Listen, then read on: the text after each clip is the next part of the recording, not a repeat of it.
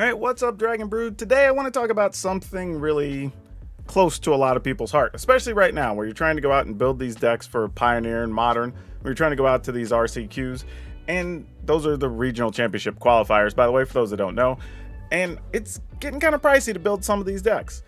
And I wanted to tell you about Cardsphere because it's a site I've been using, and I even ran a test myself to see how much money we could save buying a brand new Pioneer deck. And it's way more than I think you're probably aware of. So let's go ahead and talk about it. Let's talk about the benefits of Cardsphere and how much money I really saved.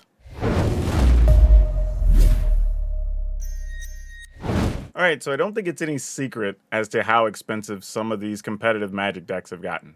And really, I don't think the price matters when you talk about how much we can save per card, percentage-wise, but it's actually really important to be able to save some extra money right now, especially with the recession and everything else going on for people, and who knows what happened to you during COVID, right? Well, Cardsphere has been sponsoring my stuff for a while, and they've been really good as a resource.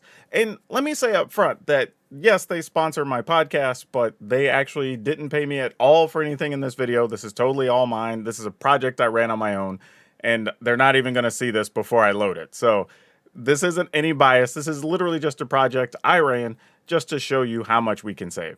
So first off, let's go talk about how we're able to save money just right off the bat. All right, so for this experiment, I decided to build the mono green combo deck. And mostly because, and this is for Pioneer, not Modern, by the way, but mostly because I wanted to buy a bunch of cards that, even if I didn't use them for this deck, I would use them for other things. So I was just trying to figure out what deck had a lot of those cards, and this happened to check those boxes. No other particular reason. Just want that up front so there's an understanding of why we chose what we chose. And I'll show you all the prices in the chart. I've been tracking it all on a spreadsheet, so we'll get to that in a second. But first off, we'll talk about what actually you can see on these pages that can lead to you saving money here on Cardsphere. And I want to say I have another video that talks about how Cardsphere works in detail, so I'm not going to get too in-depth that in this particular video. I'll try to remember to link it for sure at the end of the video. But, alright, so we're looking at Karn the Great Creator. This deck plays 4 of them, so I did need to buy some of these. And it shows you all the current prices as far as the different versions and all that. And then the most important thing here is the current top 10 offers for that card. And the reason this is the important information here is though Karn is currently going for $15.88, the top offer right now is only 45%. So somebody's paying $7.14. And this is where you can get the advantage to get the cards you want, but also get them quickly. And that was very important for this project. So even when I show you the final number of how much I saved, understand that I probably paid a little bit more than I even needed to just to guarantee I got people to sell me the card, and then I got them within a reasonable time frame, because that was kind of part of the project, to see can we do it in a reasonable time and save a bunch of money. But in this case, you're looking at Karn being $15.88, the top offer is $7.14. So if you wanted to still get a deal on Karns, you would just come in here and maybe offer 50%. If you wanted to make sure somebody really let go of one, you might offer 70%. And you're still saving 30% over the actual retail price of Karn. The reason though is that, you know, somebody might look at 50% and say, well, that is the highest offer, but I'm willing to wait till somebody else is willing to pay more, right? And when there may not be a lot available on the site at any given time, then somebody might just wait. But if there's a lot available on the site, then people may just be looking to move them because otherwise they're going to be sitting on them for a while. But the other issue is, if you come in, like right now, we're looking at a 45%, and you say, all right, I'm willing to pay 70, somebody looks at that and goes like, oh, well, this person's paying way more than what everybody else is. I need to sell this to them now.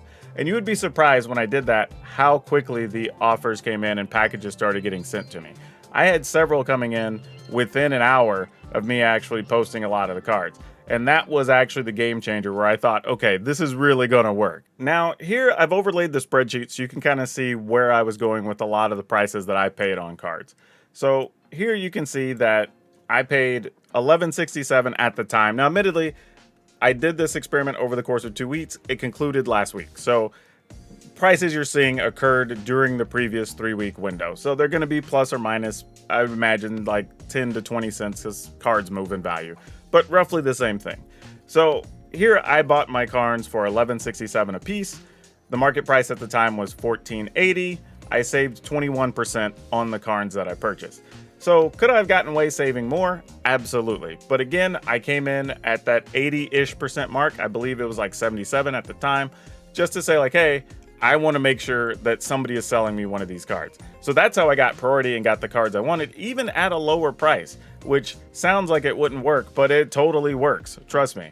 But again, we look at something like Kiora, right? Behemoth Reckoner. So we go in here and look at Kiora. I'll bring that up. Behemoth Reckoner. There we go. And I believe Kiora's, we played close to full price, closer to it, because they were only like $1. So I just went ahead, paid the full price. They were $1.18. I just paid $1. We got those for 15% off, but it's not really a lot.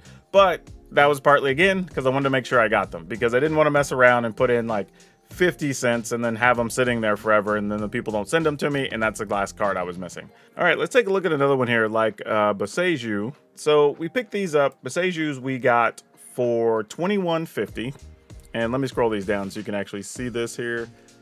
There you go. There's the Boseijus. We got them for $21.50. At the time, the going price was $22.79, which looks like the price has gone up as well since we purchased them. The cheap version I bought was $22.97. And the top offers right now are actually going up. So it kind of shows you why I paid what I paid. I had to pay 95%, okay, or roughly, because I only saved 5.66%, because there just wasn't any room, right? Lots of people are looking for Boseijus. You're seeing a bunch of high buy prices in the 90s. So just like, okay, cool. My offer had to be competitive. So I believe I came in at like 94 or something like that. And people still sent them to me because I was the top of the charts, even though a bunch of people were paying 90%. All right, so all told, if you want to take a look at everything we purchased, in total, it cost us $410.68. And being fully transparent, I didn't buy things like Elvish Mystics because I already owned 4. I didn't buy the Forest because I already have plenty of basic lands. So there's some things, you know, like Meteor Golem, I already know I have it in probably 3 different sets because it's been reprinted a bunch. So that stuff I just didn't bother ordering. So I want to be fully transparent. It wasn't technically the whole deck, but basically all the cards of real value.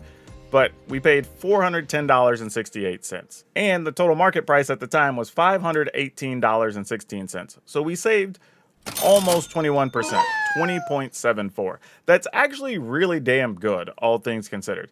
Now, let's talk about, is this a real number and could we have saved more or less? Now, the reality is if I were pushing that a little bit harder, I could have actually come in lower. But by doing what I did, not only did it allow me to save a bunch of money on a deck, I also had all the cards in my hand through the mail within like 11 days. So that's actually really good. And that included one that I believe had to come from Canada. So we got everything in a pretty timely manner because we were putting in competitive offers, right? We were saying, hey, I'm willing to pay this much for cards, but it was all lower than other values, right? Than the retail. The thing is though, had I done this on something like eBay, I would have to do this on like 20, 30 different auctions. I'd have to track them all. I'd have to come back and raise my bids or set my potential price, and then if I get outbid, I got to go find another card that's doing it. Whereas here, I can just put it in one time and then just wait for people to say like, yeah, I got you, fam. And then you get a notice saying there's cards coming to you in the mail. The other thing that works out great, if you're willing to wait long term, because say you maybe want a card for like your commander deck, but you don't necessarily want to pay a lot for it, you just kind of like the idea of having it. Maybe if all the offers are in say like the 75% range, you come in at like 60 because you kind of want one, but you don't want to pay a lot for it. Well, sometimes you'll still get the card anyway, because if somebody's going through your stuff and they're like, okay, I'm already sending this person 5 or 6 cards, they're worth like 40 bucks. You know what? I'll give up some money sending them this other card they want for 60% just to save me some time and shipping, whatever, and I'm just going to stick it all in one thing. And that's the other thing too. As the buyer, you actually don't pay anything for shipping. That's on the seller on Cardsphere. So a lot of times it's just going to be a stamp or whatever, and it's not a big deal. I personally only send out stuff tracked with a padded envelope and whatever if it's, you know, I'm sending rare things or whatever.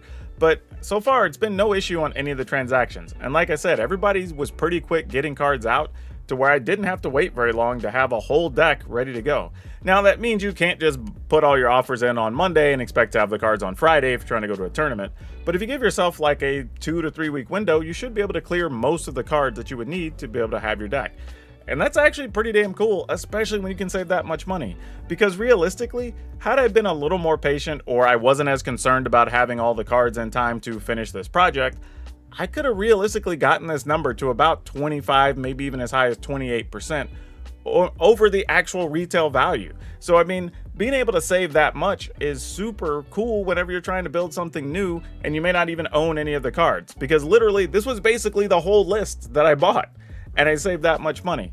So yeah, if you haven't checked out Cardsphere, you probably are missing out on being able to buy singles and save money. And I know this is always a point of contention for people, but yeah, if you don't know, check it out, set up an account. I'll have my referral link below. Just give it a look. It's actually really worth it. It's a pretty sweet site. It's a little bit different, so you kind of got to get into a different mindset, but boy, it is totally worth it. If you're looking at building a new deck and you're on a budget, especially even if you're building a cheaper deck, it's not all rare cards, as you can see, like commons, uncommons, whatever, are all available on the site. So if you want to build a cheap version and maybe your budget's only like $200, hop on there and see if you can find all the cards, and maybe you could build that deck for 120, 150 bucks. You'd be really amazed. But yeah, if you have used the site, let me know down below if it's how it's worked out for you or not, if you're interested in trying it, or if you have any questions. And I'm going to go ahead and link the video here if you're just curious how it works and go into more detail before you decide to use the website.